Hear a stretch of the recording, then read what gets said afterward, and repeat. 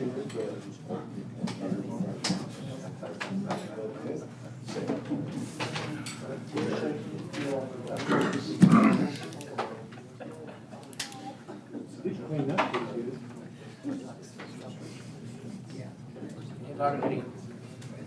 you did clean up.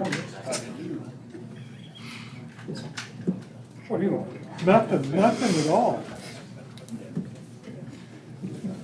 He's just ignoring you. You keep telling me you can't hear. Yeah, he's just ignoring you. People I'm willing to talk to. I see. I will work on it. It's a privilege. I can tell.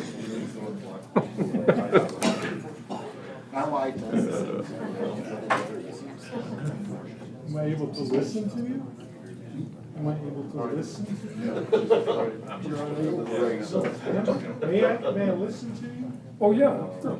Okay. So I need permission to talk. Right.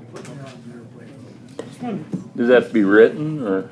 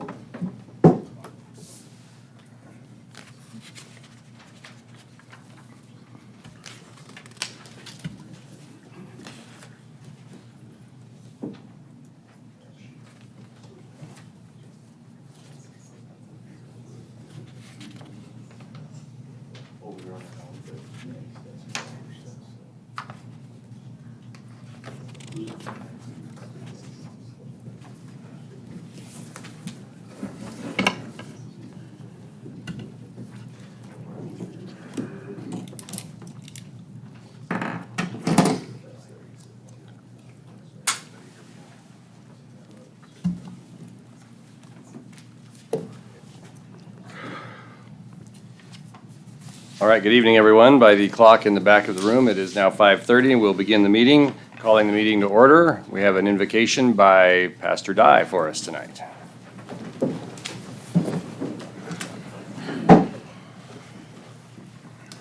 Thank you for having us, Mayor, here and Council.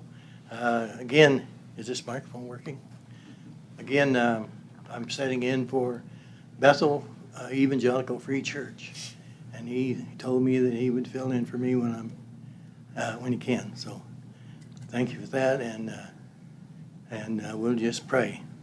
Dear Lord, we thank you for all you do for us, and we thank you for your blessing that comes upon us, and your wisdom that you give to us, and your wonderful provision of this great country, a great state, great city of North Platte, and these great people that are willing to serve. And we just thank you for your willingness to allow us our own opinion, and allow us to say no, and you will not, even you won't push us past our will. And so we just thank you for being so great a God, and we ask this in Jesus' name. Amen. Allegiance to the flag of the United States of America and to the republic for which it stands, one nation, under God, indivisible, with liberty and justice for all.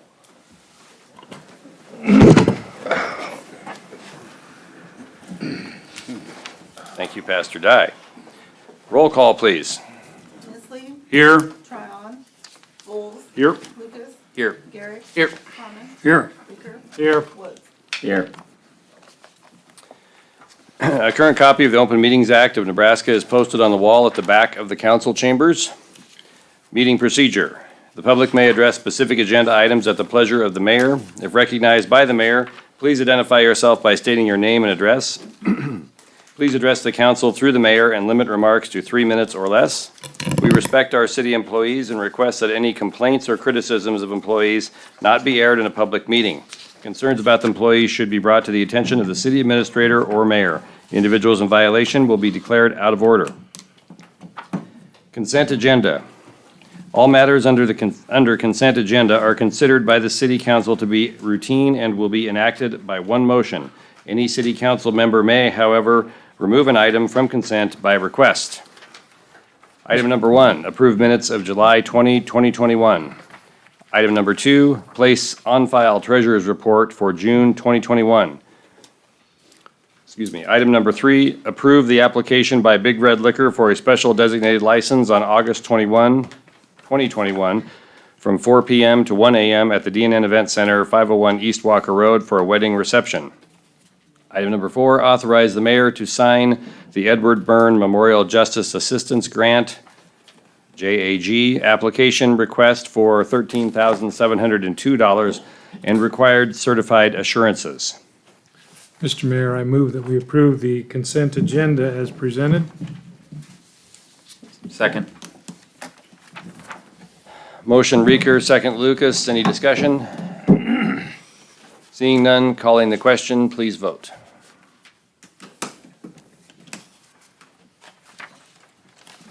Consent agenda is approved. Moving on to item number 5. Accept the release of allocation of $350,000 from the Quality Growth Fund for Nebraska Land Days. I move to accept the release of allocation of $350,000 from the Quality Growth Fund for Nebraska Land Days. Second. Motion Lucas, second Garrick.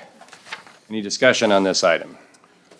Mr. Mayor, what does that give us for a balance in the Quality Growth Fund with the reception of this, or with the freeing up of this money?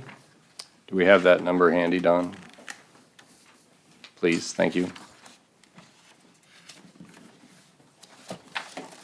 Yes, Mayor Kelleher, Councilman Reeker, that puts the uncommitted balance to just under $1 million with that coming back in. Thank you. Yes. Further discussion? I just want to say thank you to Nebraska Land Days. This is awesome. Big fan of this. Okay. Yeah, I think I'm pleased that our city was in a position to be able to provide that support, and equally as pleased that they've decided that they don't need it. Okay. Calling the question, please vote.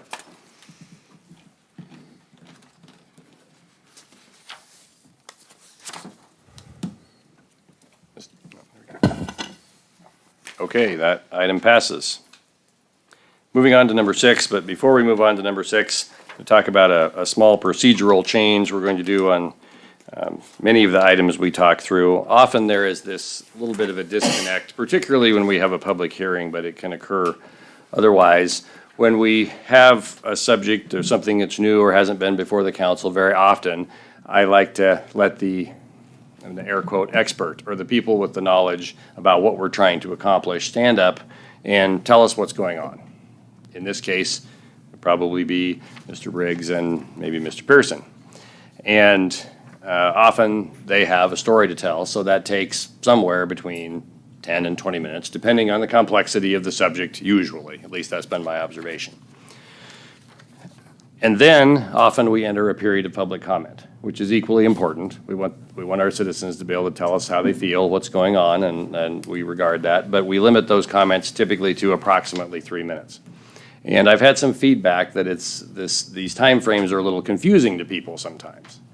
So what I'm going to start doing in an effort to clear those timeframes up is I'm going to allow the, again, air quoting, experts on an issue to tell us what's going on, us, the council, and the public, for a specified period of time depending on the complexity of the issue, which I will randomly decide. And then if more time is needed, we can handle that. But then we will then enter the public comment period, and we will limit people typically to 3 minutes. Okay? Everybody understand? Does that make sense to most people? Okay. Thank you. That being said, item number 6 is to approve the application by Sustainable Beef LLC and the recommendation of the Northwestern Energy Economic Development Fund Committee for approval of a performance-based forgivable loan of $500,000 tied to prime interest rate with forgiveness of both interest and principal established when payroll reaches $20 million, and for the loan to be contingent upon approval of a redevelopment agreement and letter of credit provided by the applicant's lending institution as soon as it is available. In keeping with what I just said, I'd like to have Mr. Briggs, although we've been before us many times, give us maybe 5 minutes on your project in case we have anybody here who doesn't know what we're talking about. And then I'm going to ask Gary to come up and talk about procedurally what we're doing here with this fund, okay? Mr. Briggs, if you would, please, tell us who you are and where you're from. Thanks, Mayor. So my name is David Briggs, and I am the CEO of Sustainable Beef. I currently live in Alliance and have the pleasure of working on this project. And about a year ago, we actually started this project in discussion phase, and then a little about August or September, we had a presentation by the city of North Platte, in particular economic development people, that they really would encourage us to consider North Platte as a place to put this facility. We think that proposal was very well thought out and also a good location. North Platte's in the center of the United States. It's in the center of cattle country. What a better place to put a processing facility right here where the cattle are.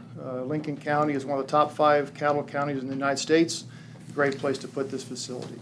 So the location is 1 mile north of exit 179, right next to the North Platte's wastewater treatment facility. We're going to build on an old sewer lagoon. It's exactly what TIF's intended for. We'll be talking about that in the next month. But we're going to take a piece of property it's not worth very much money, and we're going to put about a $300 million asset on that property. So we think that's a good asset for North Platte. It's great for the cattlemen, and we think it's great for the state of Nebraska. But also something that our nation needs for food security. That topic really came to light in the last year and a half during COVID. We realized that when you went to your local supermarket to get your ribeye, you might not have only found a ribeye, you may not have found any beef that day. Because we had to shut down a couple of these big mega plants overnight because of COVID. It really drastically disrupted not only the cattle supply coming into the plant, but also the supply of beef coming out of the plant to the restaurants and the supermarkets. So we think that adding about 3 or 4 of these small plants across the United States is beneficial to the food security of the United States, and that's what we're trying to get accomplished here. So we are asking for a $500,000 forgivable loan from each of the Northwest Community Action Fund as well as the Economic Growth Fund, and that's what we're here for tonight to discuss that. So with that, I'll take any questions, or if you want to do that later. What do you want to do, Mayor? If anybody has a question, we could do it right now, or we can go on to Mr. Pearson. I think you can sit down. Thank you. Thank you. We reserve the right to call you back, though. So. I failed to mention one little addition I'm going to try tonight, and since Gary likes to talk, I'm going to try it before he gets going. So would you switch the monitor over for me? Just to explain what the Northwest. Hold on just a second. Okay. Okay. Pressure. And go. Just to give everybody a little bit of background, because this isn't a fund that goes before the city very often, but the Northwest Energy Economic Development Fund was an agreement between the natural gas provider for the city of North Platte and the city council back almost 20 years ago. I think the first revenue was coming in 2003, according to Don's records, and it's a fixed amount. It's roughly $46,000, is that correct? Coming in annually. There's a little bit of a surcharge on everybody's customer bill. Doesn't amount to just but a few pennies a month, but it has accumulated over time. And the theory behind that formation, and this happened not only in North Platte but in Kearney and Grand Island as well, was to have kind of an economic development tool that if a major project came along that would have a significant economic impact on the community, this would provide some funding to entice those projects to come forward. So early on, from day one, when we met with the local cattle producers, regional cattle producers, some of the ag officials involved in this project, of course, the thing we do from an economic development perspective is we lay out the various programs obviously to try to entice them to our community, because certainly any kind of project like this has the ability to go elsewhere. So I then engaged in conversations with Northwest Energy gas officials to make sure that this is the type of project they felt was a worthy use of the funds, and if so, at the appropriate time, we would then bring that forward. Probably the greatest need that Sustainable Beef has at this point, up until the time that they're able to get the plan adopted and get all of their capital formalized and everything, is during the planning process. And that's been ongoing for nearly a year. In fact, there were several people here last week doing their due diligence out at the plant site. So they are accumulating a substantial amount of costs along the way. So in the application that came forward with Quality Growth, we made sure that it was kind of a 50-50 deal between Quality Growth Fund and the Northwest Energy Fund. From the standpoint that we know that the Quality Growth Fund is now right at $1 million, but is more limited than it has been for a while. So it just made a lot of sense to bring forth both at the same time, and it did get the unanimous approval of the Northwest Energy Economic Development Committee, as well as the Quality Growth Fund Committee. So that's the background behind it. And then the good discussion that occurred following that among the committee members was to put some of those things you read in your motion as part of the requirements and accountability going forward. So that's what brought us to tonight. Committee, like I said, unanimously 6-0 vote, and that goes to you for final decision. So. Okay, thank you, sir. Beat the clock. Okay. And you guys laughed at me when I said I wanted to do this. Come on. Just kidding. Okay, so that sets the stage now. If we want to entertain this, we would now need a motion of some sort. Mr. Mayor, Yes, sir. I would offer a motion and move to approve the application by Sustainable Beef LLC and the recommendation of the Northwestern Energy Economic Development Fund Committee for approval of a performance-based forgivable loan of $500,000 tied to prime interest rate with forgiveness of both interest and principal, established when payroll reaches $20 million, and for the loan to be contingent upon approval of a redevelopment agreement. A letter of credit shall be provided to the Northwestern Energy Economic Development Fund Committee by the applicant's lending institution as soon as it is available. Okay. We have a motion. Do we have a second? Second. Motion by Reeker, second by Volz. Would like to have time to have the public offer some comments on this at this point during discussion.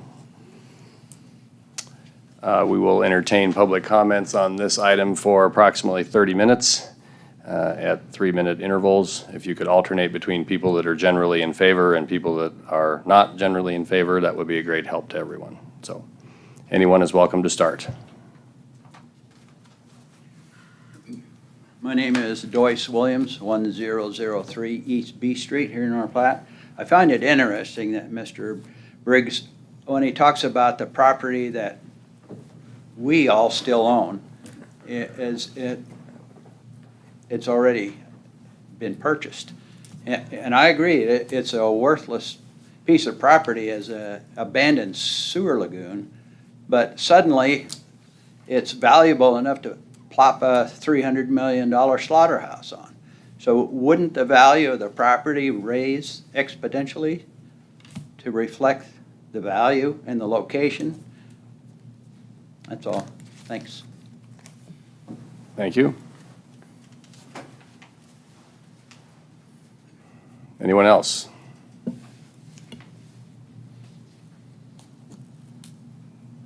Going once? Going twice? Okay. Council, further discussion? Mr. Mayor, one thing that I wanted to talk about is some clarifications on the recommendation from the Quality Growth Committee. And this may lead to a question for Mr. Briggs. To me, the term of the loan is a little bit unclear. I like the forgivable loan concept, but the length of time is a little bit unclear. I may have an amendment motion here up to discuss that. But the letter of credit, I think, I've heard from constituents there's confusion about that, and I also want to understand, maybe what's on the table and what the challenges are for Mr. Briggs and their group and whatnot. And so the way I interpreted it, because I was at the committee meeting, was that the committee wanted what you call like a standby letter of credit or a bond type instrument that would give the community some kind of a security on these loans.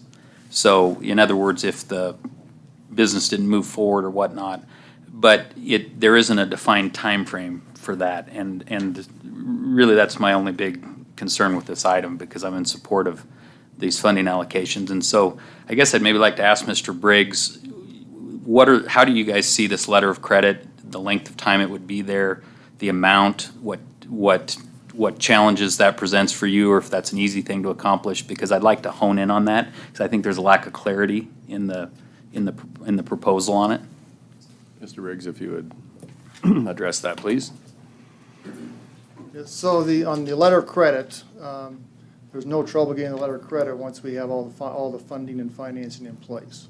And so we think we expect that to be in 90 days. It could be longer. We expect it to be in 90 days. So once we get that in place, it'll be in place until such time that we reach $20 million, and then it'll be forgivable. So that's my understanding. I've talked to my lending institution. That's our understanding, is we'll provide that once we have all the financing in place. If my concern is that I wouldn't want to have a situation where our community provided two $500,000 forgivable loans, and then for some reason the project doesn't move forward. What recourse can the city have to get that money back if the project would be stalled or would be determined unfeasible, or something changed in the competitive arena, or the capital didn't get raised all the way? How can we assure that we wouldn't lose that $1 million without getting the business? Right. So until there's a letter of credit, there is no assurance. I mean, because that's really what the LB 840 money is for, is to encourage people to take a risk, and which we have taken already for over a year. And we have, like on Friday, I had 12 people here working on this project. They're all getting paid, and designing exactly how we can actually make this location so we can build on it and make it outside the floodplain. I mean, we're going to build a $300 million asset. I want to make sure it's outside the floodplain, and so that's the process we're working on today. If we were to want that letter of credit in place prior to the release of all or part of the funding, what would the repercussions of that be? There's a chance that we'd have to slow down the engineering work, because this is all going to get used to pay engineers that are doing all the work on this. Okay. And so our goal is to keep this process moving so we can start construction this fall, whether that's October, November. We want sometime this fall. We'd like to be moving the dirt, because we're going to have to move a lot of dirt onto this property to get the elevation high enough. And so if we wait till spring to do that, we just lose probably 6 months. And that's 6 months we'd prefer not to lose. We really would like to keep this project going now versus having to put it on pause. Mr. Briggs, if the project is delayed because of a request for a letter of credit, in other words, if the funds are not released until that letter of credit is in place, and that takes maybe as much as 90 days or more, how is that going to impact the investors? The investors that are willing to invest in this project, and they see some challenges there, or maybe decide that they're going to pull their money out and put it somewhere else. How do you foresee that may impact the continual progress of the project? So right now we are in the process of doing the capital raise with the major contributors. And so the model we presented to them is we will start construction this fall. And so there is some risk if we say, okay, well, now actually it's not going to be this fall, it's going to be May. That could change their opinion. The people we're actually getting the biggest checks from actually are most likely a pension plan, and they're going to have a time horizon. And so we have to make sure this plan, so if we move it out 6 or 8 months, it could change their opinion on that. But so, that's the proposals here. I mean, we would like to have the motion as presented approved. We think we can do that. If you want to change it, we can change it, but there is some risk by changing it. And some risk may mean that, that introduces a whole new level of uncertainty, I would think, for an investor, that we're not able to meet a schedule that we had initially planned for. I could see that as being a challenge for an investor to wonder if he wants to continue. For some, yes. Thank you. Mr. Mayor, I'd like to offer an amendment to the motion. Okay? I'd like to move to amend the current motion with these additional conditions. The term of the loan and the period of eligibility for forgiveness shall be 5 years or less. And the letter of credit would be a standby letter of credit with the city of North Platte as a beneficiary of $500,000 or greater to secure the loan. And the letter of credit must be provided prior to disbursement of funds and then maintained until the beef processing facility construction reaches 50%. Second. Hold a second. Was that 50 or 15%? 50 meaning half way through construction. Thank you. Could you reread that? Yeah, Todd? I'd be happy to. And I'm sorry, it's long enough. I noted it out here, so I'm happy to share this, but at a time. Basically, I'll read it again then, Ed. I move to amend the current motion with these additional conditions. The term of the loan and the period of eligibility for forgiveness shall be 5 years or less. The letter of credit shall be a standby letter of credit with the city of North Platte as beneficiary for $500,000 or greater to secure the loan. The standby letter of credit must be provided prior to the release of any funds and must be maintained until the beef processing facility construction reaches 50% of completion.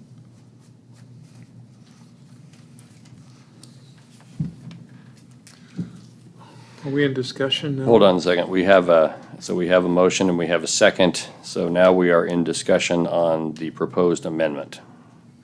Mr. Mayor, as I listen to what you said, Ty, I guess I'm thinking about, first of all, I wonder why we would be paying this back to the city of North Platte when the city of North Platte is not making, in this case, a loan. So it would seem to me that if anybody's going to recover any funds, it would be the two funds that are giving them the money as opposed to the city.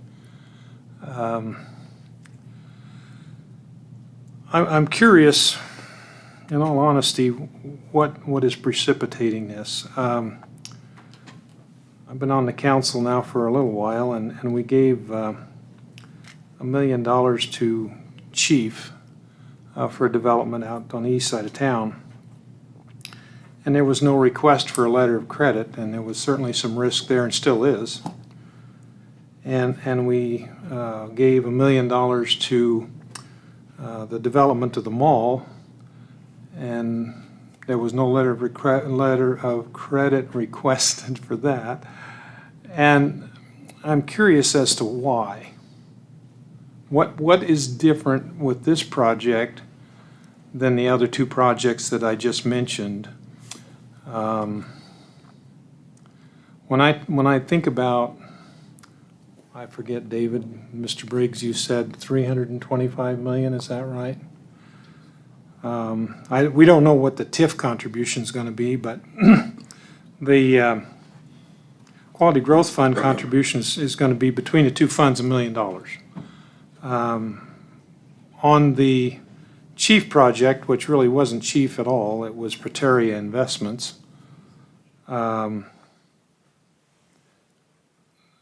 when I ran the numbers between TIF and the Quality Growth Fund, the city contributed roughly 25% of the cost of that project. That's a pretty high number. When I look at this project at $325 million, and granted, we do not know what the TIF bond is going to be and what that amount is, but $1 million out of $325 million is considerably lower percentage. So we had a lot greater risk with Prateria, I think I'm pronouncing that right, Prateria Investments, than we do here. I'm confused why there's the disparity between the three different investment options here, not options, but investment, the opportunity for the city to invest in development. Yeah, Ed, I'd be happy to respond to this. First of all, my thought on the city of North Platte being beneficiary of the letter of credit was just more from a simplicity of administration sake, thinking that then the city could refund those. But if that should be altered to the funds themselves, I have no concerns with altering that. I think this project is a little different because this is a very big project, and I want to be clear, I'm in favor of allocating these funds. But it's still $1 million, and we're running out of economic development, and I just want to make sure that if the money's invested by the community, the business moves forward. In the Quality Growth Fund meeting, I think there was some discussion about would some of the investors be willing to sign personal guarantees that it was completed, and Mr. Briggs explained that that wasn't an option for him, and then that's how it kind of migrated to this letter of credit, so that wasn't, it isn't the only way a community could secure that type of investment. But I compare this a little bit, and it's maybe not a fair comparison because this is such a big scale project, but if this was a smaller business who came to us, this would be a little bit at the business planning stage because financing is not completed and the final cost structures and investors and even who the owners are unknown, so it's very early stage. And I don't mean to speak poorly of the Chief project in any way, shape, or form, but I did vote against that because of concerns I had about adequate security in the contract. Right. But the council passed it, and I support that decision. But, on the mall project, I wasn't involved with those meetings, but I think maybe what was a little different there is that they owned the property, had purchased the property, and it was just further on. And so this is very early stage. If we were at the point where this project was, under construction, financing was committed, investors were committed, and everything was ready to go, I wouldn't have the concerns about some type of security. What my concerns are that if we're going to support basically feasibility analysis and initial work to try to organize investors, which I'm in favor of, I would just like to see the city have some protection that if the business doesn't move forward, that investors' money gets utilized for that feasibility analysis versus taxpayers' dollars. Again, I'm all for these allocations, but I feel like if we're going to invest this money, we should have some assurances that the business is going to, move forward and open. So that's what I'm thinking. And I mean, if there's a better way to give the city that security, I'm all for it. From my experiences in my job, I think, to provide this letter of credit, Mr. Briggs mentioned that once their financing's in order, that they would be easy to provide it. That makes sense to me. I also think that that early investors could probably, opt to go find a letter of credit or find a financial institution or that lender to provide a letter of credit before the financing's committed. That is not uncommon in the world to be provided. And so I don't think the ask is that big on this, but I guess that's my opinion.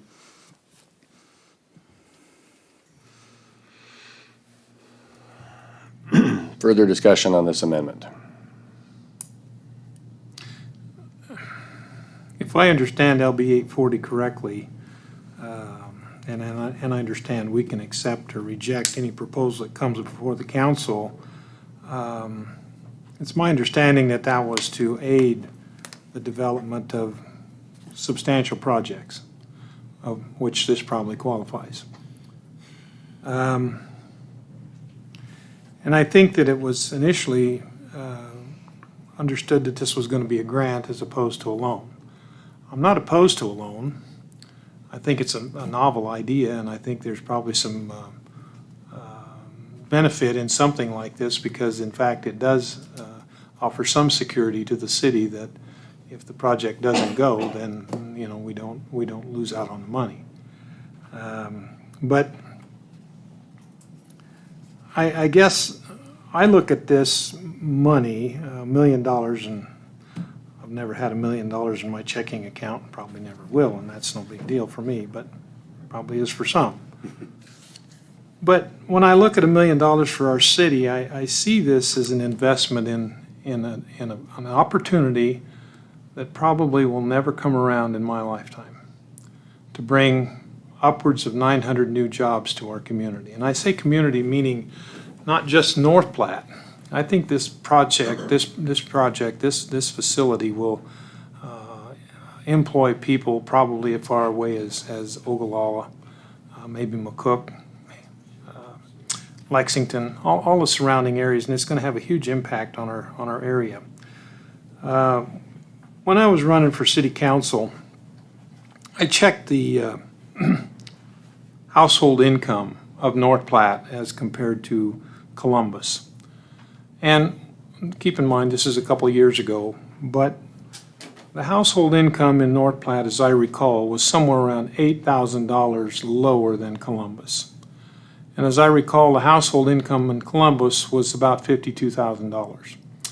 So if you take $8,000 away from that, you're left with $44,000 if the new math still works. And so we've got a poverty problem in our town, and I think this will go a long ways to help fix that problem. I'm concerned that if we walk away from this or put too many restrictions in front of it, and God forbid that the project does not happen because of our unwillingness to support it as a community, I think any future investor is going to look at North Platte and say they don't want investment in their town. When I look at a Columbus, I think one of the reasons why there's such a great disparity of household income between North Platte and Columbus is they have a lot of manufacturing in that town. They have a lot of manufacturing in that town. They have a lot of old manufacturing in that town. And in order to create wealth, you have to make something. You have to make something. And the guys that are growing the cattle, they're making beef. And of course, the beef plant's going to turn that beef into meat, and then it's going to get sold. So we're creating wealth with this type of a system. I think this is really important for our community to support this project. And I think that from my perspective, I don't want to put any roadblocks in front of it that may hinder its development and progress. I'm really concerned that if we start putting restrictions on the availability of the funds, that we do slow the project up. And given the economic situation of the country, that we find ourselves as a country, and how quickly things have changed in 6 or 7 months, I don't want to delay that. I think that's a great concern of mine. It is a great concern of mine that if we delay the project, there's a real good possibility that that disparity between Columbus and Lexington Columbus and North Platte will remain and only get wider. Thank you. Other discussion on the amendment? Mr. Mayor, Mr. Voles. I appreciate your your diligence and trying to protect this money. I really do, and I admire it. And the discussion has been around primarily this letter of credit or standby letter of credit. And I am not a banker. I've learned about letters of credit by talking to bankers. And I am trying to differentiate perception versus reality. And so Sustainable Beef Wood has formed an LLC. That the LLC doesn't have any assets. The lending institution that would provide this letter of credit, if I was a lending institution and I'm providing funds for an LLC that doesn't have any assets, I'm going to ascertain that my letter of credit has sufficient loopholes in there in order for, because I'm sure this bank doesn't want to be on the hook for $1 million either.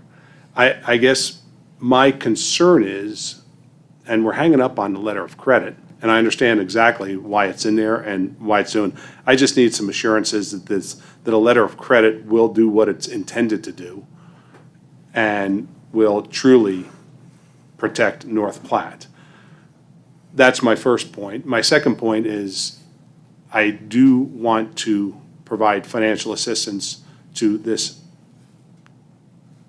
Sustainable Beef, and I feel that our investment does show a willingness to have them come here. But if you could, the perception versus reality of a letter of credit, does it have teeth, I guess is my bottom line there. You know, frankly, if the paperwork's done right, yeah. I mean, it's like a bond or like collateral for a transaction. So, I mean, how it works is it's a negotiable instrument that would be delivered to the city. And again, this does get commonly used in transactions where people are working to maybe avoid personal liability, and there's a contract performance question. Similar to, I think our city may require bonds or letters of credit, for example, if somebody's doing an infrastructure project and is trying to pull a building permit. So a city receiving a bond or a letter of credit is a pretty common practice. But yes, the instrument would be delivered to the city, and as long as we're paying attention to its expiration and make sure it's done right, which we have, city attorney to I think help us monitor these things, then it would come back and reimburse those funds. So in my opinion, as long as done properly, it should be highly effective for this type of situation. Again, it's not the only way that a community could have some assurances. I mean, you could, I know, like if you look at our revolving loan fund guidelines within the Quality Growth Fund plan, it talks about personal guarantees and/or collateral being required on Quality Growth Fund loans. Now, I do understand this is a different project because the magnitude is so much larger and the investor numbers are so much higher.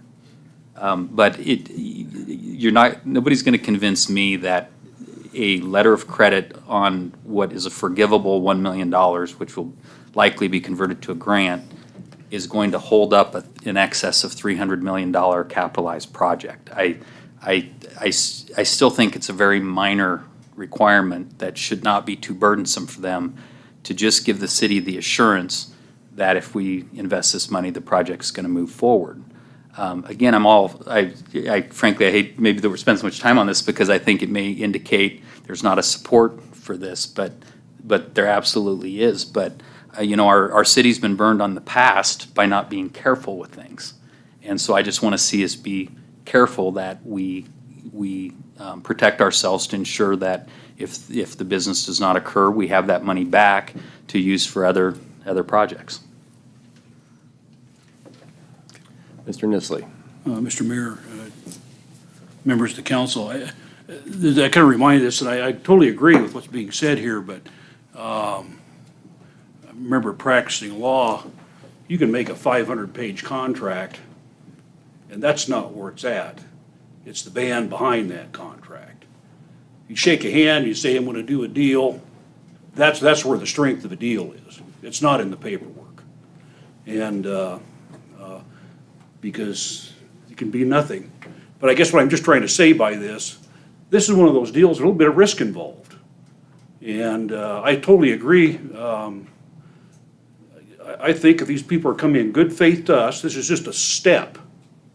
It isn't the end of the deal. They could show they can fulfill this step, then we can go on with it. If they don't do this, then it's gonna be over and done with. And maybe that's the best thing for the, if that's the way it's gonna be, but it's the people behind. I just believe in the handshake. Act in good faith. And I think we act in good faith here.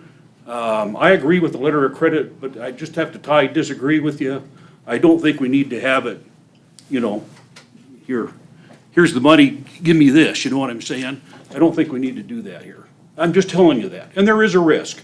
And you're doing the right thing. You're acting as a prudent council person and knowing the banking business. But I guess I'm kind of looking at this, maybe we just go on the handshake and we take a risk and see what happens. That's just my comment. I mean, if we were to ask Mr. Briggs about a more defined time frame on it, I mean, would that deserve some discussion? Or I guess if, Mr. Briggs, if I could ask you a question, if this was altered to being delivered within 60 or 90 days of the receipt of funds with a more defined time frame, what would that look like for you guys?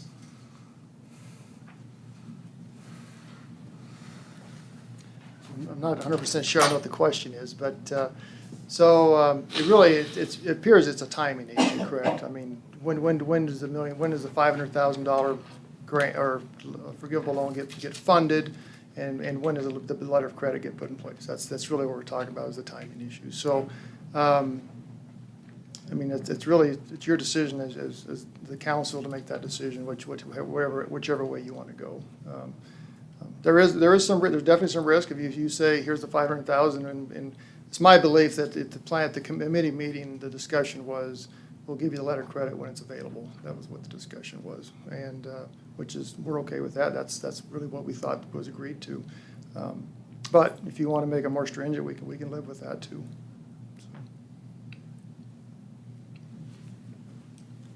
Mr. Mayor, Mr. Woods, I was at the meeting too, and I went ahead and rewatched it again today, and it seemed to be the committee's, object was upon approval of their redevelopment project, the money would be released to them. Yes, they wanted a letter of credit, but they left it as a when you can get it to us. And Mr. Briggs said that they were okay with that. Now, I think it was Pat Keenan say, yeah, we'll have the letter of credit, but, if this doesn't work out, yeah, we'll get pennies on the dollar. And I'm with like Pete and Ed and Jim, these people are trying to do something, and we've agreed to help them, and I'm kind of the handshake kind of guy like you too. And I'm for doing it that way. When the redevelopment plan is approved, they get access to the money, they will get us a letter of credit. It worries me that it's an LLC with no assets. What bank wants to, guarantee that money? I mean, because like any project, things can go wrong and it could not happen. I mean, that's just a fact of life. And if it does delay it 60 days or 90 days trying to line up a bank, it could impact the development in a very bad way. So that's my opinion. Mr. Garrick? Thank you, Mr. Mayor. I want you guys to know I fully support this. We hand you $1 million. This doesn't go through. We don't get our $1 million back. It seems like a large risk for such an early venture, and I want this to go through. I really do. I just feel like it's our due diligence to make sure we, cover the city's assets. Having said that, I've gotten loans before. I've never had $1 million either. Every time I got a loan or a grant of some kind, they asked me to have some proof of that I was going to do what I was going to do. So to me, it's not that big of an ask. Personal opinion, but rooting for you guys. Other discussion?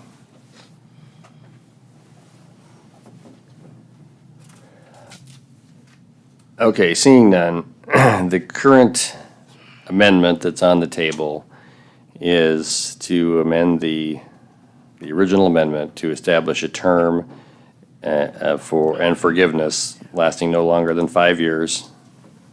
Terry, keep me honest here. Ty as well. Provide a standby letter of credit prior to funds being released, the $500,000 released, and clarify the 50% issue. And my thought was there that the letter of credit would need to stay in place till 50% of construction was completed, at which time it could be released. Okay.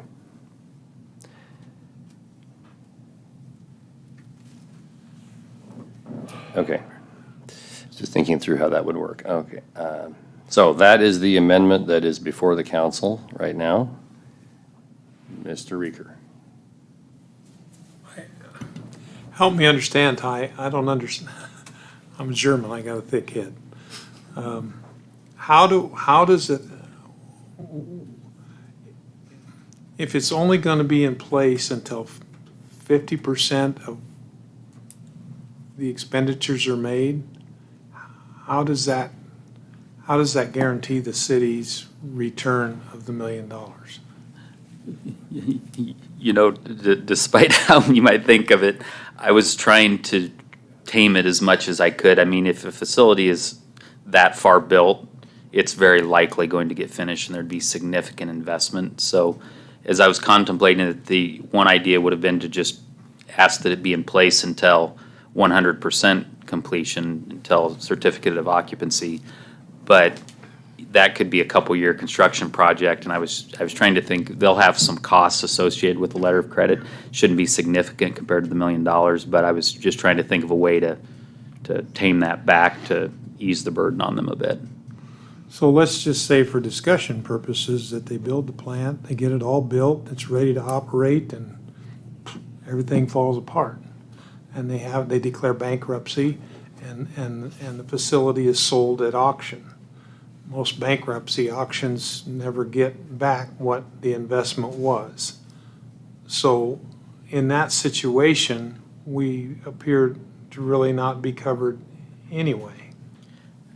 Correct. We wouldn't be covered in that particular situation, other than that the entity that owns the assets would be our borrower, so we'd have a potential recourse to that company, and there would be a facility there that our community would still get a benefit out of. Whether that another buyer bought it, or, you know, you would think that with the new facility, somebody would do something with it. And so, again, I was just trying to try to make it a little easier on them with that. I wasn't necessarily trying to complicate things. Sorry, Mayor.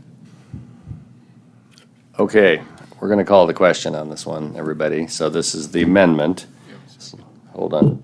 We do have a second. Yes, this was a motion by Ty and seconded by Mr. Garrick. So we will now call the question. Please vote on this amendment to the original motion.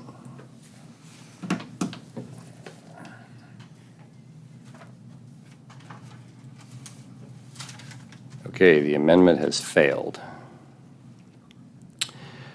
Which takes us back to the original motion.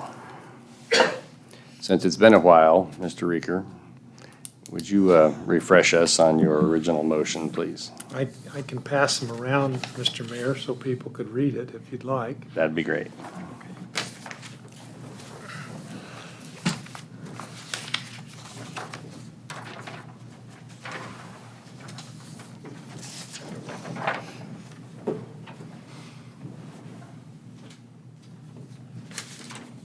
Thank you.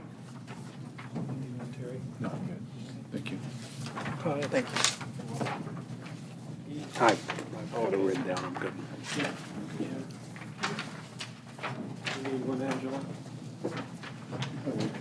Okay, for the sake of clarity, I'll reread the motion that Mr. Reeker has made.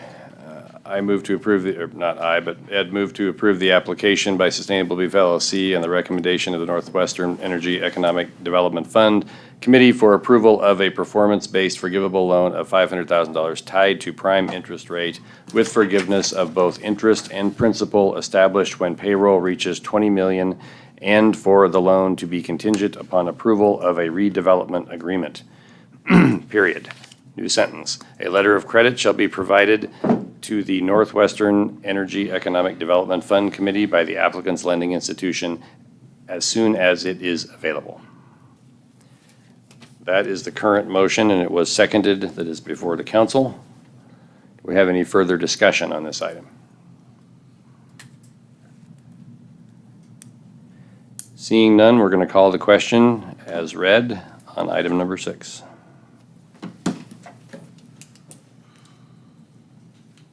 Motion passes.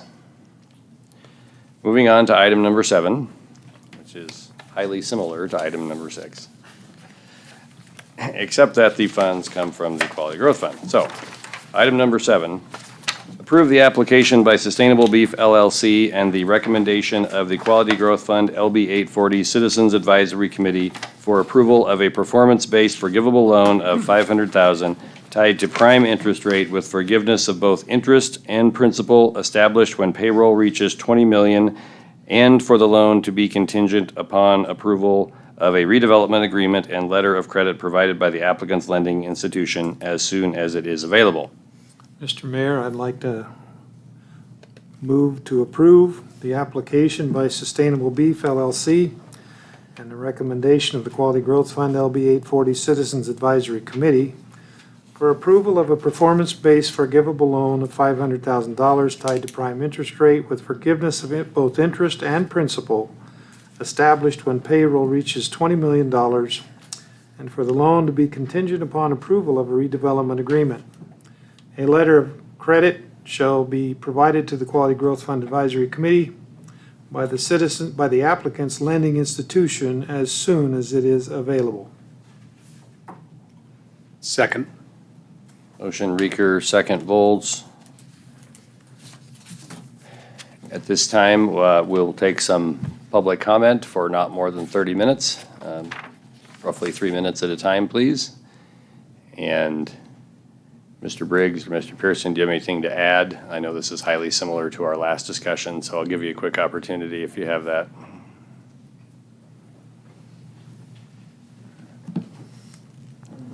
Mayor Kelleher, I just wanted to make sure, and we did put this on the testimony at the Planning Commission meeting, or the Quality Growth Fund Committee meeting, is that our North Platte Area Chamber and Development Corporation, which represents roughly 600 members, mostly businesses, our board of directors are unanimously on record in support of this project. Thank you. Anyone from the public who'd like to make a comment? I'd like Okay. to speak briefly on the disparity between Columbus, and that was spendable income, Mr. Recker. The $42,000 figure you brought up, that, I think it was disposable. okay. Well, I can't answer that question. I don't know for sure. I just want to point out that Sustainable Beef said several times in the news media that they're paying $50,000 for production line workers. Okay, that's not net spendable income. I talked to some tax preparers around town, and the livable net take-home pay with a salary in that range is $40,000. And that's married, filing jointly. There's a lot of variables in there, obviously, when you get into the tax situation. But generally, the window is $40,000 spendable dollars a year. So they're not, what they're paying is not doing anything to raise that disparity between North Platte and Columbus. Thank you. Thank you. Anyone else? Okay. Sophia Klein, 1003 East 4th Street here in North Platte. I actually came just to listen today, but I do have some questions about this. I know that we are starting to compare past quality growth funding like the mall and Patera, that you had brought up. And I think that it's important to us to know that there's a lot of people watching this right now. I think this opens a whole new ballgame up for Quality Growth Fund. I believe that because without having things in place and just taking a risk, it'll open that up to other businesses wanting to do that as well. And they're going to come back to this and say, well, you guys just took a risk on this. Why can't we just get it on a risk basis? This opens it up now. And I wasn't going to speak, but you even brought it up about past. As far as I know, the mall will be dispersed in 2 installments. And I believe that it was to help building, not a planning process on that. I wish, Mr. Nisley, I wish that business deals were done with a handshake these days. I would love that, but I've had some business deals go wrong because of a handshake. And I wished I had that paper to protect me on that, but unfortunately, I don't believe that's the way anymore. I wish it was, but not for everybody. It's not. I was looking up on one of our state of Nebraska sites, and it says for our LB 840 what it's for. Loans are grants for fixed assets, land, buildings, equipment. Loan guarantees, grants for public works improvements, real estate purchases, qualifying businesses. It goes on. And I have been inquiring about quality growth, not recently, but not too long ago either. And this is exactly what I was told, and this is what's on the website about it. Know what kinds of information need to be accompanying your application. LB 840 application requirements vary from community to community, but in most cases, you will be requested to provide the following: a business plan with a projected cash flow statement, 2 years of historical balance sheets and current operating cost systems less than 60 days old.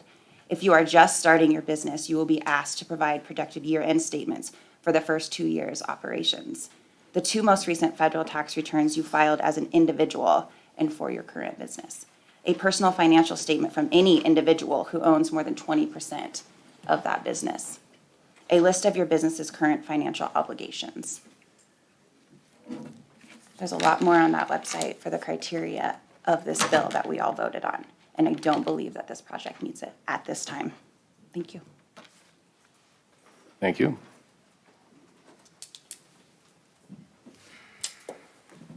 Any other comments from the public?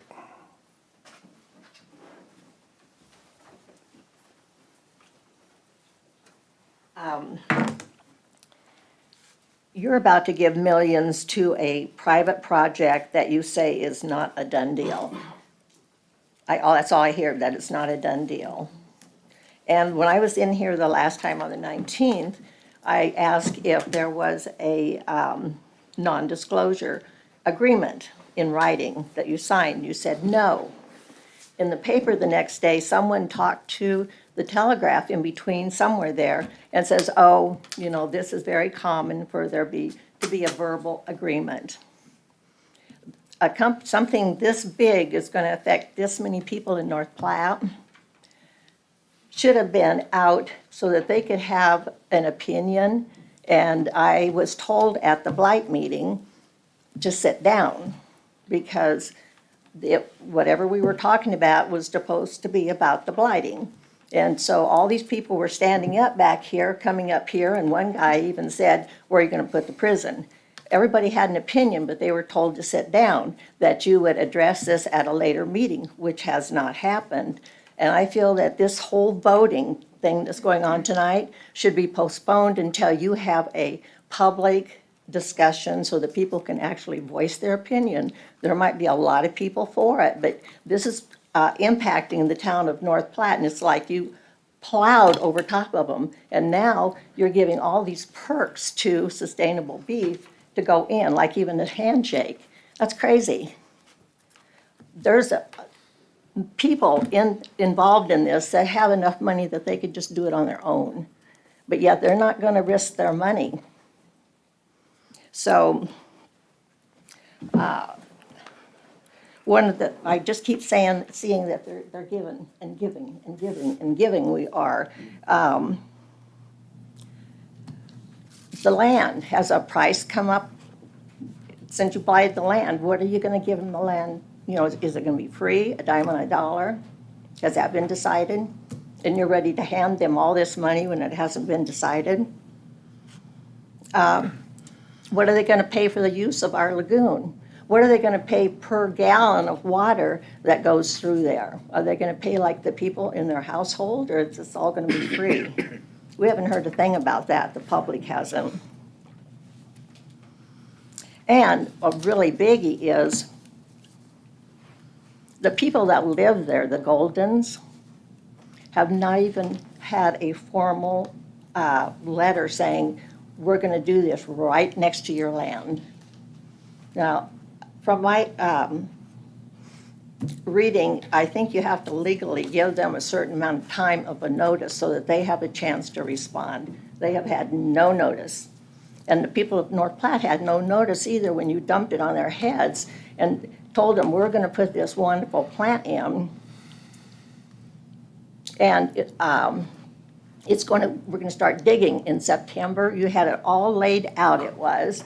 And then all the propaganda hit. Every newspaper came out saying how wonderful it's gonna be. Pages, I've got them all, pages and pages of propaganda. And the last meeting, Sustainable Beef stood up and they had over a half hour or 20 minutes or something to tell you in front of the camera how wonderful this project's gonna be.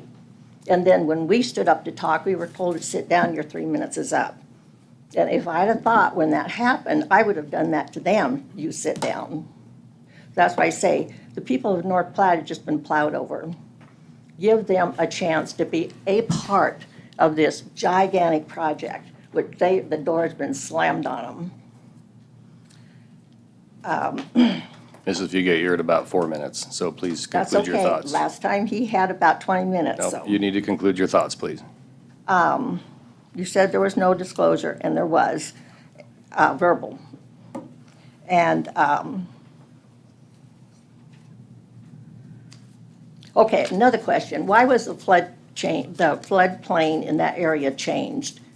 It was recently changed from 100% to 500%, meaning there's never going to be a flood there.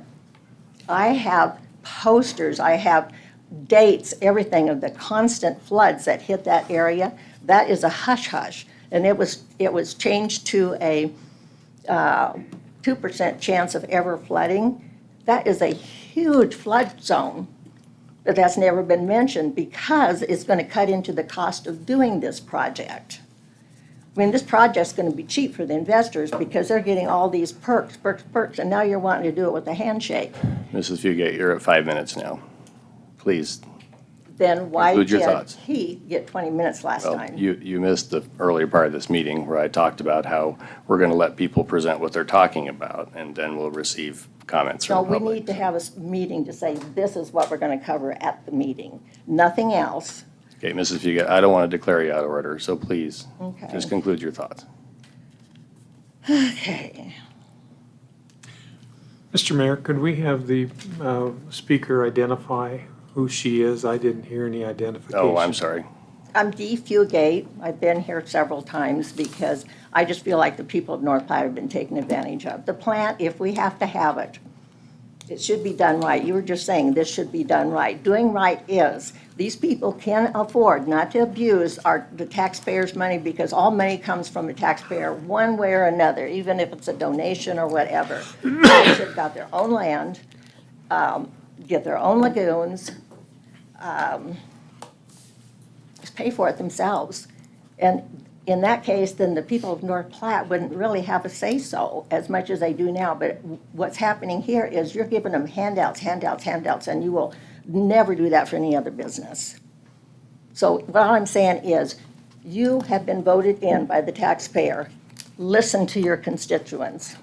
Give them a chance. Give them a meeting. It wouldn't hurt to say on Tuesday night at what time. That's all I'm saying. Okay, thank you. I'm speaking for the people of North Platte. You're being ran over and lied to and filled with propaganda. Yeah.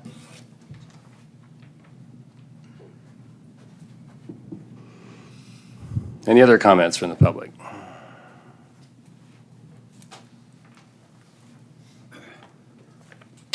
Mayor, right from the get-go, I'm gonna need about 7 minutes. I have a prepared statement, 4 pages. Is that acceptable to you? Could you let us copy it and let the council review it? Would that be all right? Sure, Okay. but, okay. Why don't you hit the high points for us, and then we'll take a copy of it at the end of the meeting.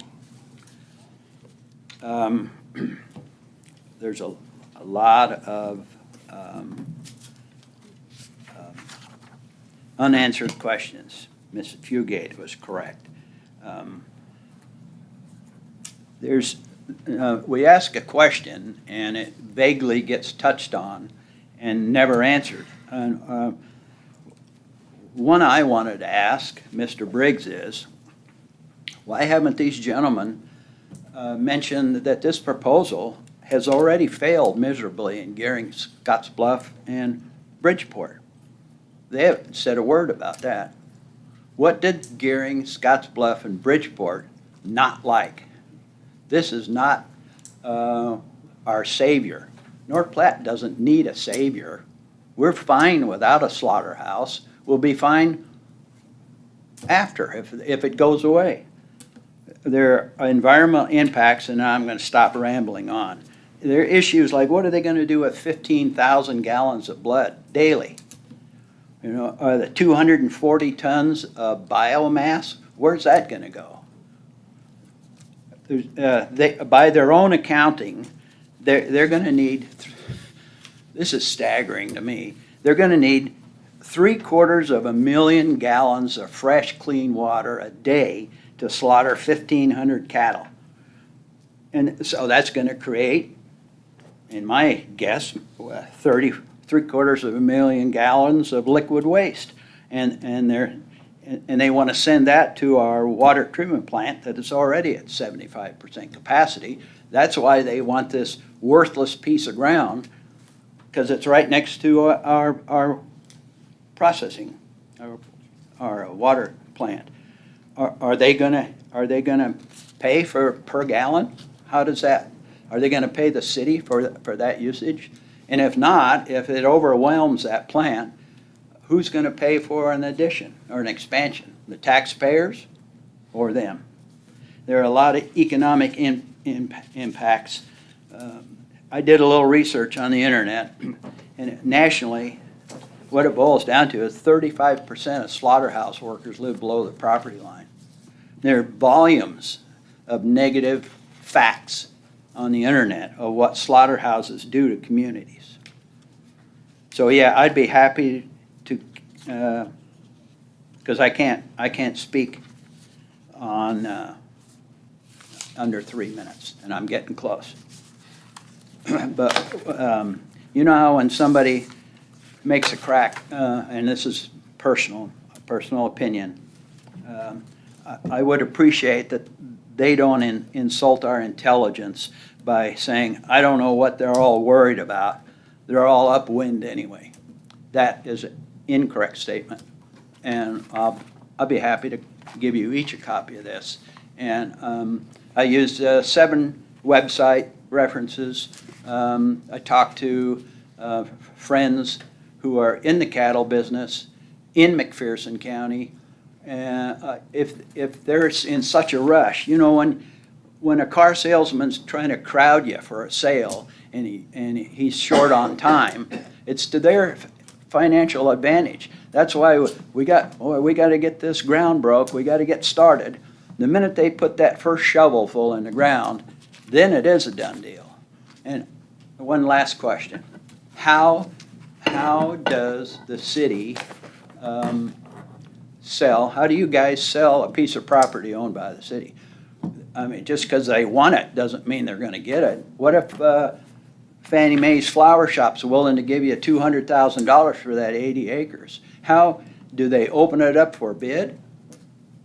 I mean, it's publicly owned. It should be publicly available to whoever wants to pay the price. Thanks for your time. Thank you.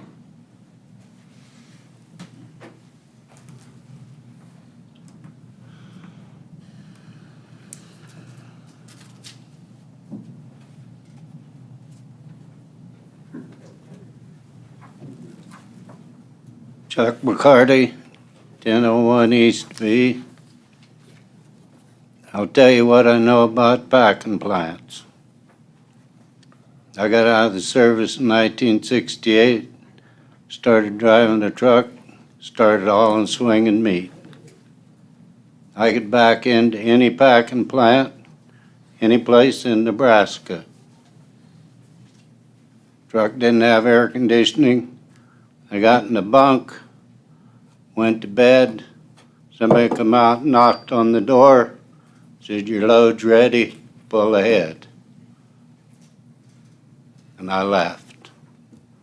Not one worry at all. 1971, I moved to North Platte, $3 an hour, tickled plumb to death. Got the job of a lifetime. I kept it for almost 44 years. People I worked for still got the store up at Scotts Bluff. Right next door was a packing plant, Swift and Company. I got acquainted with several of the people that worked there because I was up there a lot. People that walked out of the packing plant wore nice clothes, spoke English, got into nice cars, were members of the church, members of the community, paying $9 an hour. That's $6 an hour more than I was making, and I was happy. I retired in excess of $25 an hour. Bobby Stanko and Kenny Monfort come in, broke packing plants. What's your average pay gonna be today working at a packing plant?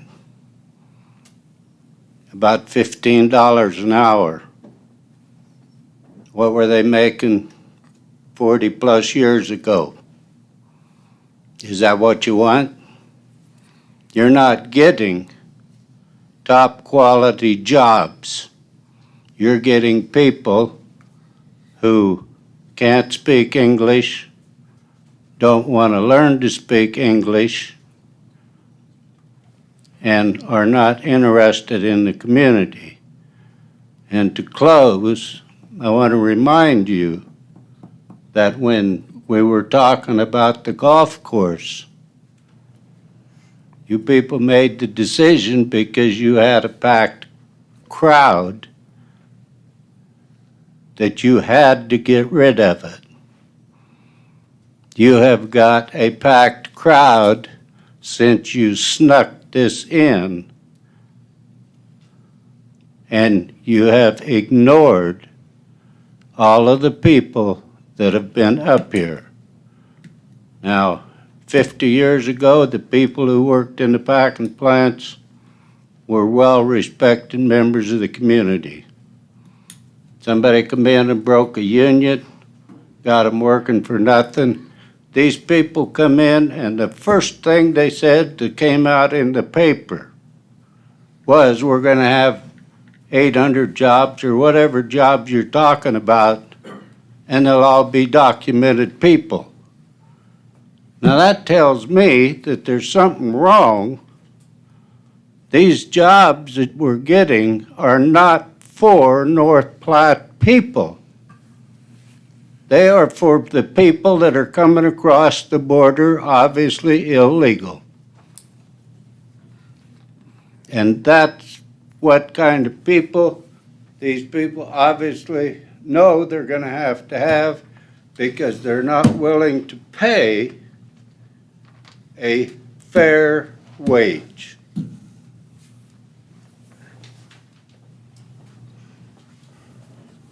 Thank you.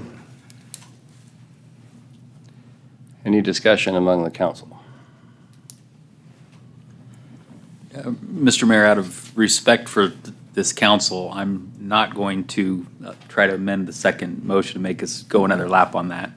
But I do want to reiterate that I've done significant fact-based research on this project, spent many, many hours and I believe that a modern project of this type in this location and with this ownership group is good for our community. I have concerns about financial transactions that don't have proper assurances to protect taxpayer money.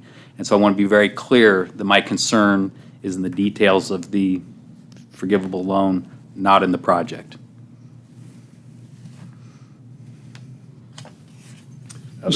Go ahead, Ed. Mr. Mayor, I just wanted to make a point of clarification for the gentleman in the yellow shirt. I didn't catch your name. I'm German, I do have a short memory too.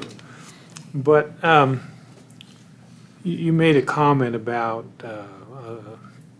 disposable income, and when I made a comparison of North Platte versus Columbus, I think the numbers are still valid, whether it's take-home pay or whether it's the wage, because the disparity is still going to remain the same. I'd like to chime in with what Ty just said. I really believe that we do have a poverty problem in our town, and I think this is a game changer. This gives us an opportunity to increase the wages of the people. The folks with Sustainable Beef have told us that the people on the floor will be making $50,000 plus benefits. Now, granted, they're going to have to pay taxes out of that, and depending on their dependencies and what type of deductions they may have, that's going to determine their take-home pay, and I fully understand that. But having said that, I guess the way I look at this right now, I see this as increasing the overall wage scale of our whole community, not just our community, our whole area. Because there's going to be people that are working in our town right now for $10, $12, $15 an hour. They're going to have an opportunity to go out to Sustainable Beef and make $50,000 an hour, $50,000 a year. And that's going to leave a hole where they left to go out to Sustainable Beef, so the employer is going to have to fill the position of the person that left to go to work for Sustainable Beef. And in order for that vacancy to be filled, in all probability, the wages are going to have to go up to get somebody to take the job. I think this is going to go a long ways to help removing some of the poverty issues in our town. I think it's going to help our community overall, because the people that are poor, and we've got a lot of them, instead of maybe living in a house that's pretty unkept, from a physical standpoint, now they may have enough money to where they can go and repair that house, or maybe they'll have enough money that they can go buy a higher priced house. I think it's going to have an impact on their self-esteem, their self-worth. I think it's going to have an impact on their family lives.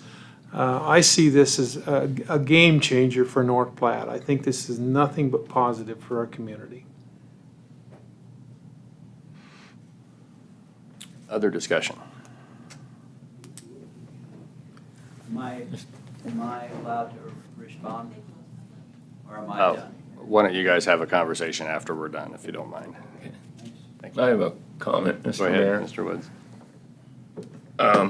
I first heard about this when they presented their idea months ago. I mean, I heard rumors something, was afoot, but that was the first I heard of it. I went to the meeting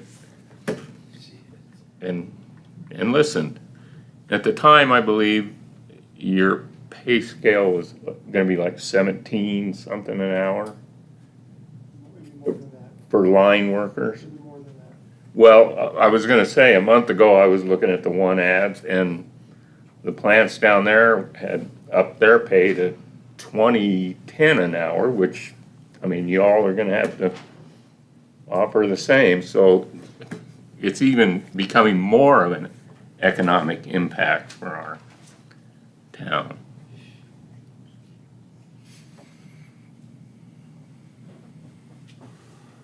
Other discussion? Am I allowed to ask a question, or is this just you discussing? We're kind of done with the public comment section, sorry. But I'm sure folks would entertain your question once the meeting is over if they're around. Council discussion? Okay, calling the question.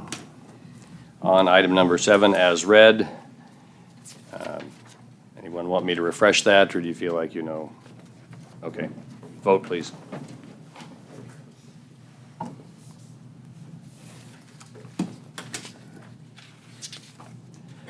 Item number 7 passes. Moving on to item number 8.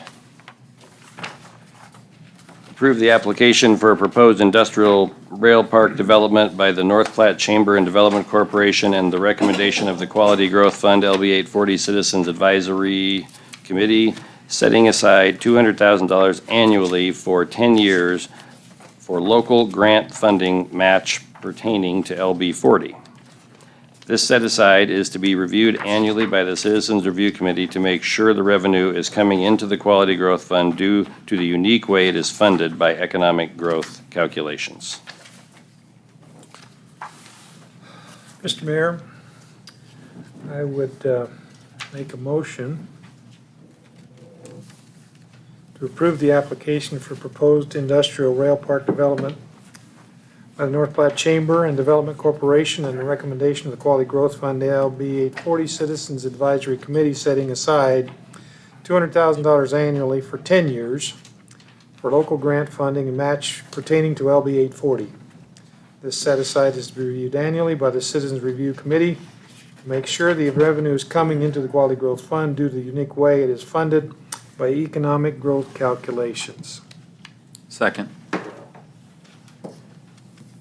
Motion Reeker, second Lucas.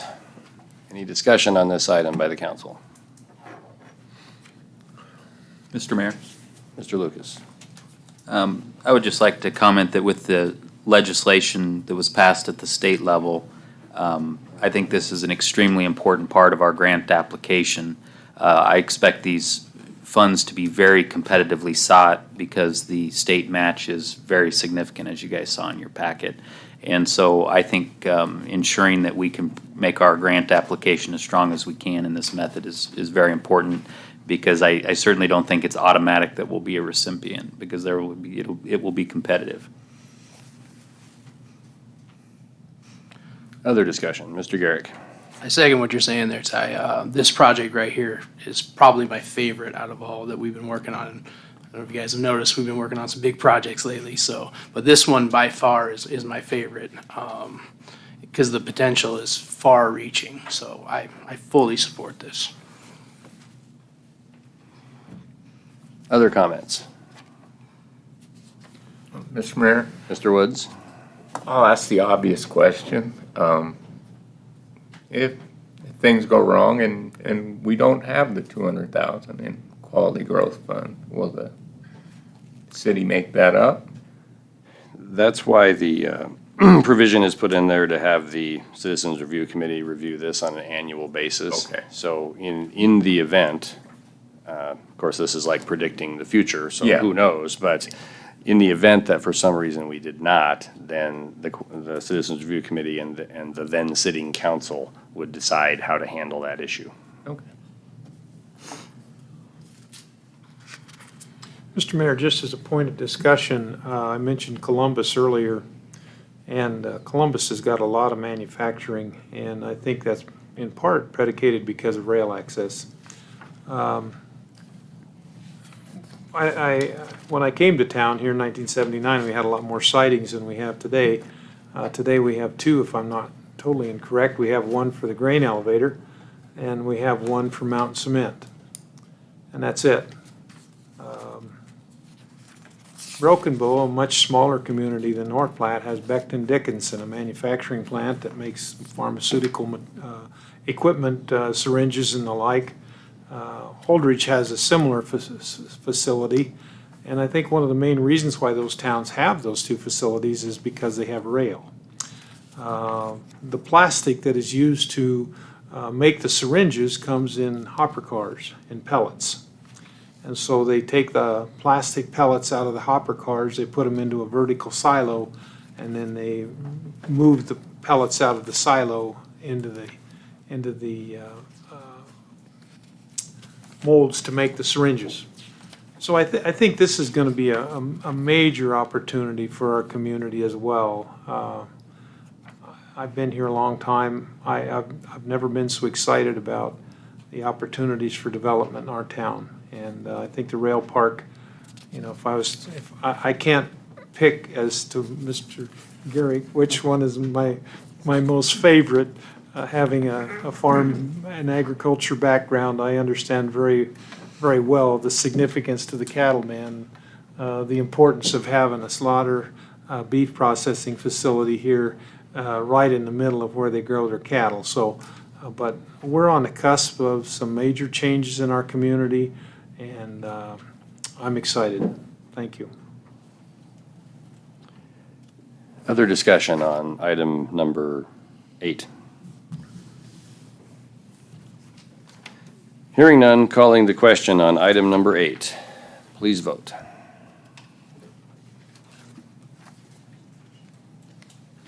Item number 8 has passed.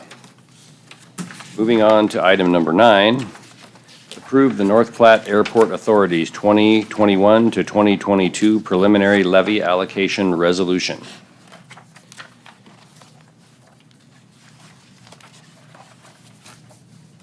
Mr. Mayor, I move to approve the North Platte Airport Authority 2021-2022 preliminary levy allocation resolution. Second. Motion Vols, second Lucas. Discussion on this item.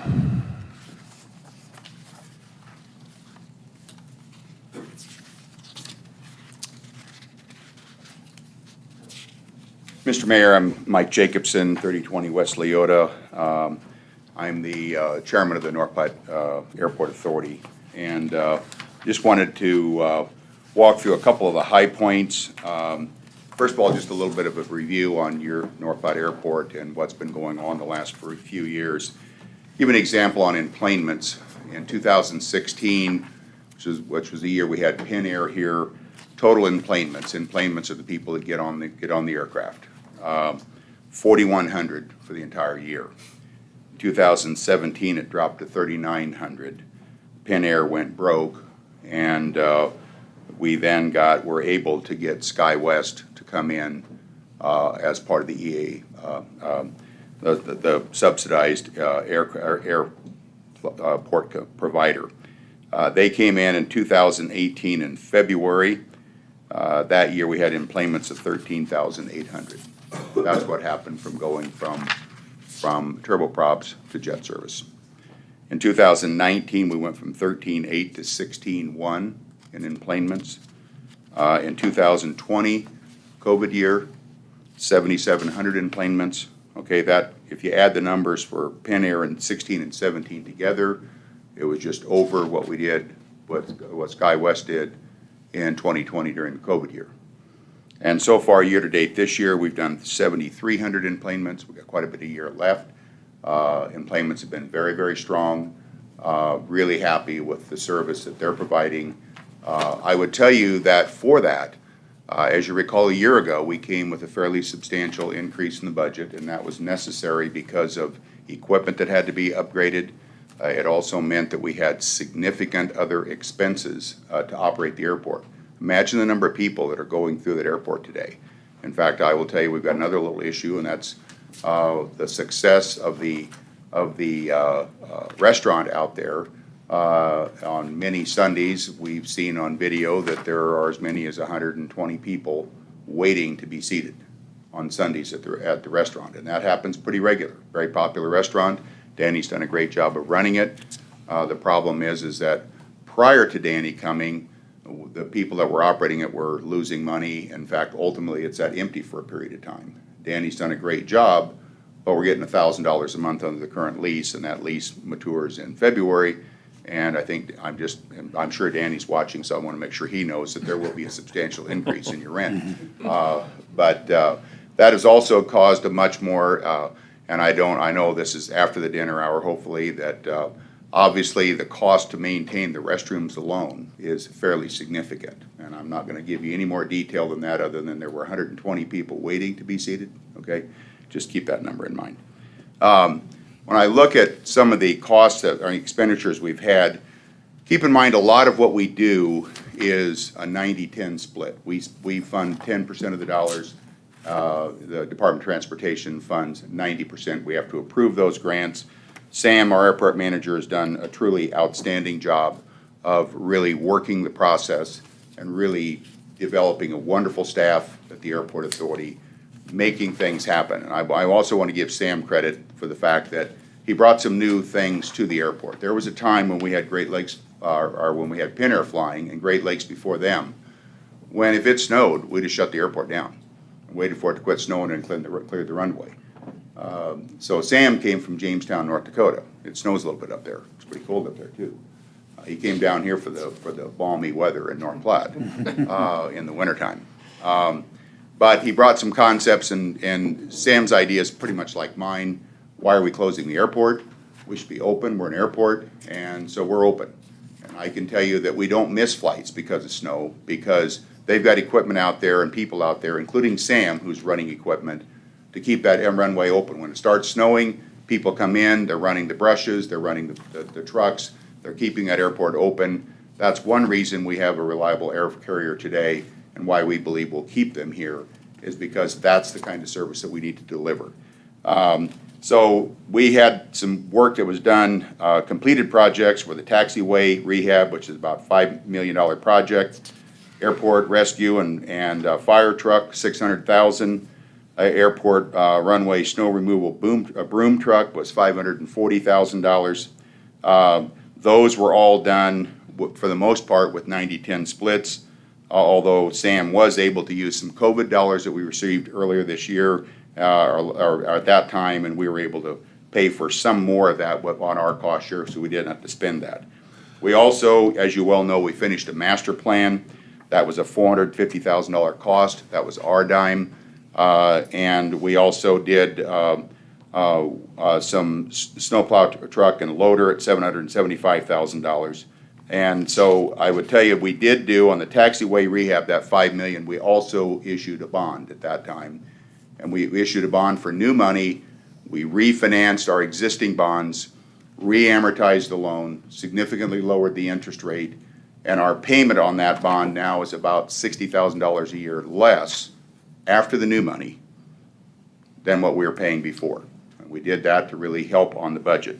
So I would tell you that our total general fund budget ask is down from a year ago slightly, and I would tell you that we would expect to hold that at this point. We did get some COVID dollars, and we are using some of those dollars to be prepared for when we do replace that terminal, which is in our plan, which is what we hope to start in maybe 3 or 4 years. Correct. So Sam, I don't know whether you got anything to add. No, it's just, 2020 in review, airline boarding slowed down. Sorry, Sam Seafeld, 1209 South Willow. 2020 boarding slowed down, the airport did not. We had to continue to maintain federal requirements in all areas, continue to have an airworthy airport, and, we're coming back. We're starting to have pre-COVID enplanements, and we're just continuing to maintain and continuing to look forward for future projects. And we can take any questions you have. Mr. Garrett? I just have a comment. I want to thank you guys for the work that you've done out there.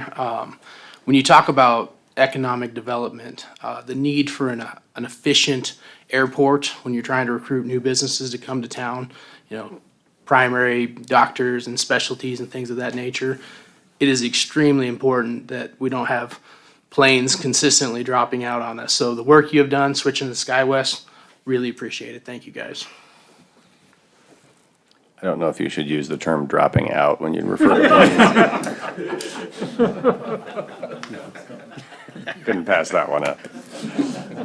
You don't say we're going down either. No, I'll echo Brad's comments. I use North Platte Airport frequently now, so what you guys are doing out there is outstanding. Appreciate SkyWest and appreciate the restaurant, to be honest with you, on Sunday mornings. Do you have capital improvements in this budget for this upcoming year. The taxiway and the boom truck and the fire and rescue, they were last year's capital improvements, is that correct? That is correct. Okay. Yeah, we are planning to go out and do possibly an access road for new construction FBO as well as an apron expansion.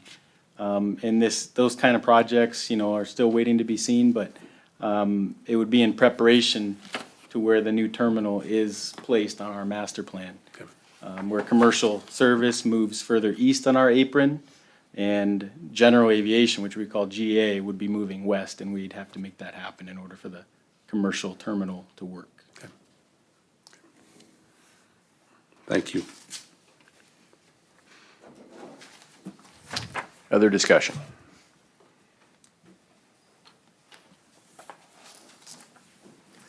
Okay, seeing none.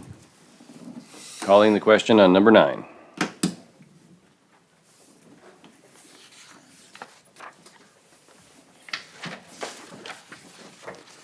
Number 9 has passed. Number 10, action on ordinance number 4071, conveying real estate property to 921 West First Street to Demetrios, Tryphonopoulos, I think is how it's pronounced. Go ahead and try and read that ordinance, Matt. An ordinance of the City of North Platte, Lincoln County, Nebraska, authorizing the sale of part of Lot 7, Block 1, Breeze Hinman Edition, North Platte, Lincoln County, Nebraska, repealing all ordinances or parts of ordinance in conflict herewith, providing for the effective date and publication thereof. Mr. Mayor, I would move to adopt ordinance number 4071, conveying real estate to Demetrios Tryphonopoulos. Motion Reeker, second Carmen. Any discussion on item number 10?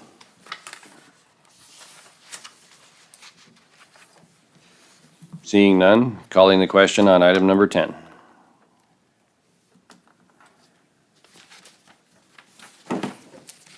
Item number 10 has passed. Item number 11. Adopt the resolution to allow expedited reviews of redevelopment plans for certain qualifying micro-TIF projects. Mr. Mayor, I move to adopt a resolution to allow expedited reviews of redevelopment plans for certain qualifying micro-TIF projects. Motion Reeker, second Carmen. Any discussion on item number 11? Mr. Mayor, just a question for you guys. How do you see the blight and substandard designation process? Do you see it altering in conjunction with the micro-TIF program? Or how do you see that occurring at this point? We've had, Mayor Keller, Councilman Lucas, we've had some conversations on whether or not we could blight or put a blight standard or blight and substandard study on the shelf and then just blight each individual lot. It doesn't appear as if that's going to work on for us. And so we would likely blight and substandard study an area, but do it internally rather than hire consultants for the purposes of the micro-TIF. Okay. When you say area, I know that's discussion is at hand right now. A lot would not be considered an area? It's our interpretation that it is not. Okay. We would still have to meet the definition, statutory definition of a blight and substandard area. Okay. So before we discussed about blighting and substandarding single lots, is that no longer on the table? My understanding in talking to Senator Groney that that's correct. Gotcha. We're going to do a little, it really kind of hinges on the definition of area. So to be blunt, we're still looking at that to see if there's a legal way to accomplish that approach. If it proves that there is not, then we'll, of course, meet the letter of the law, of course.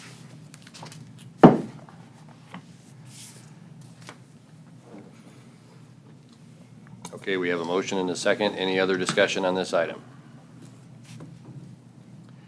Seeing none, calling the question on number 11.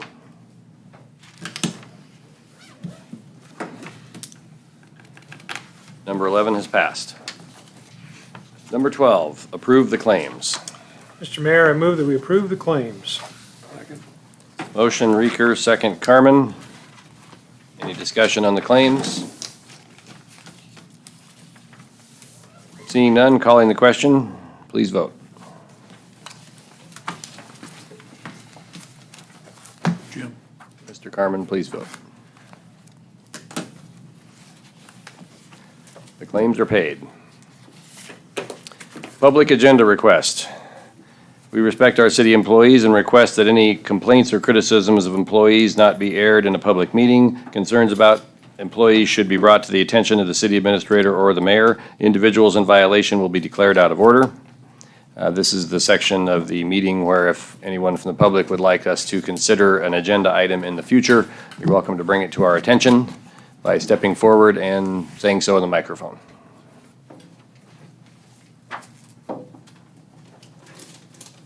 As no one is getting up to head for the microphone, I think we can safely conclude. Mr. Mayor, I move that we adjourn. Motion Reeker, second Carmen. Calling the question, please vote. The meeting is adjourned. Thank you, everyone. Have a great evening.